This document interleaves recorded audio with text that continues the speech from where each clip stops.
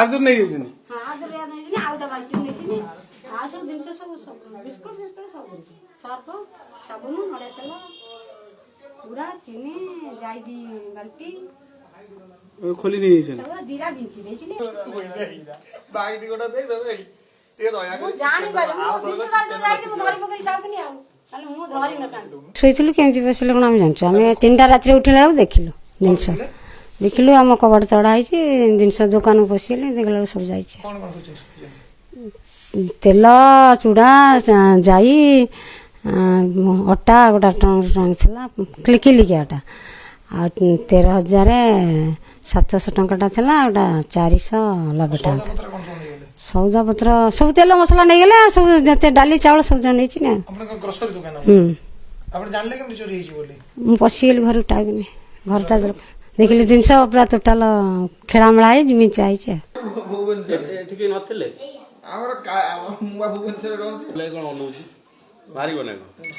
ମୁଁ ଏ ଘର ପାଖକୁ ଆଇଛି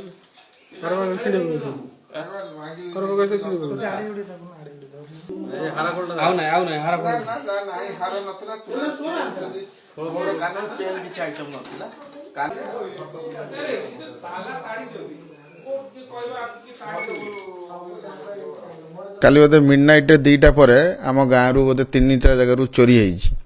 ଚୋରି ମାନେ ଏମିତି କରିଛନ୍ତି ଯେମିତି ଆମ ଘରର ଲକରଟା ବି ତାଡ଼ିକିଣି ତା ଭିତରେ ଯାହା ବି ଥିଲା ସୁନା ହଉ କି ପଇସା ହଉ ଯାହା ବି ହଉ ଆମେ ତ ହିସାବ ରଖିନୁ। ଆଉ ଜଣଙ୍କ ଘରୁ ତାଙ୍କର ଟ୍ରେଜର ତାଙ୍କର ବି କଟକରେ ରହନ୍ତି ତାଙ୍କର ଚୋରି ହେଇଛି। ଆଉ ଗୋଟେ ଆମ ସେ ସ୍କୁଲ ପାଖରେ ତାଙ୍କ ଘରୁ ବି ଚୋରି ହେଇଛି।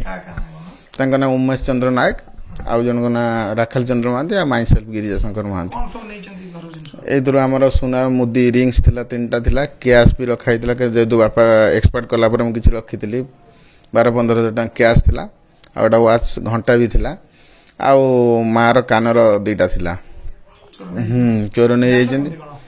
ଆମର ଏଇଠି ଆମର ଜଏଣ୍ଟ ଫ୍ୟାମିଲି ତ ଆମର ଯେହେତୁ ଘରେ ଲୋକ ନାହାନ୍ତି ଆମ ସେ ବଡ଼ବାପାଙ୍କ ପୁଅ ଯିଏ ସେ ନେକ୍ସଟ ଘରେ ଶୋଇଥିଲା ତାପରେ ସେ ସକାଳ 6ଟାରେ ଇନଫର୍ମ କଲା। ହଁ କିନ୍ତୁ ଗୋଟେ ଦୁଃଖ କଥା ହେଉଛି ଆମେ ପୋଲିସକୁ 3 ଥର ଫଲୋ କଲା ପରେ ଏଇଟା ମ୍ୟାଟର ଅଫ୍ ଗ୍ରେଟ୍ ରିଗ୍ରେଟ୍ 3 ଥର ଫଲୋ କଲା ପରେ ଆଜ୍ଞା 4ଟାରେ ଆସୁଛନ୍ତି। ଆମେ ଆପ୍ଲିକେସନ୍ ଦେଲାର ଫେର 2 ଥର ଫଲୋ କରୁଛୁ ସେଇଟା ପୋଲିସ ତାର ଆସିକିନି ଏଇଟା ଆମେ ଚାହୁଁଛୁ କ'ଣ ଏଇଟା ଭିକ୍ଟିମ୍ କିଏ ଅଛି ତାକୁ ଆଗେ ଧରାଯାଉ ଫେର ନେକ୍ସଟ ଟାଇମ୍ ଏ ଷ୍ଟେପ୍ ନ ହେଉ। ପିତ୍ତଳ ଜିନିଷ କିଛି ଡାଳ କୁଣ୍ଡ ଏଇସବୁ ଥିଲା ନେଲେ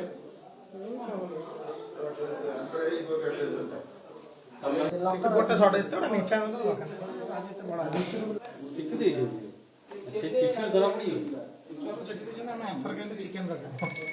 ଚୋରି ସୁନା ରୂପା ସେମିତି କ'ଣ ଥିଲା ମୁଁ ଜାଣିନି କିନ୍ତୁ ପିତ୍ତଳ ଜିନିଷ ଏଇ ଯେଉଁ ବୋହୁର ସବୁ ଥିଲା ସେଇ ସବୁ ଜିନିଷ ନାହିଁ କିଛି ବାସନ କୁସନ କିଛି ନାହିଁ ସବୁ ଚାଲିଯାଇଛି ଆଉ କାଗଜପତ୍ର ଗୋଟେ ଫପାଡ଼ି ଦେଇଛନ୍ତି ଆଉ କ'ଣ ଜିନିଷ ପତ୍ର ଆକ୍ଚୁଆଲି ମୁଁ ତ ରହେ ନା କ'ଣ କିଏ ରହିଛି ମୁଁ ଏକ୍ଜାକ୍ଟଲି କହିପାରିବିନି କିନ୍ତୁ ସବୁ ତଡ଼ା ହେଇଛି ଆଲମିରା ଦେଖିଲେ ତ ଆଉ କ'ଣ।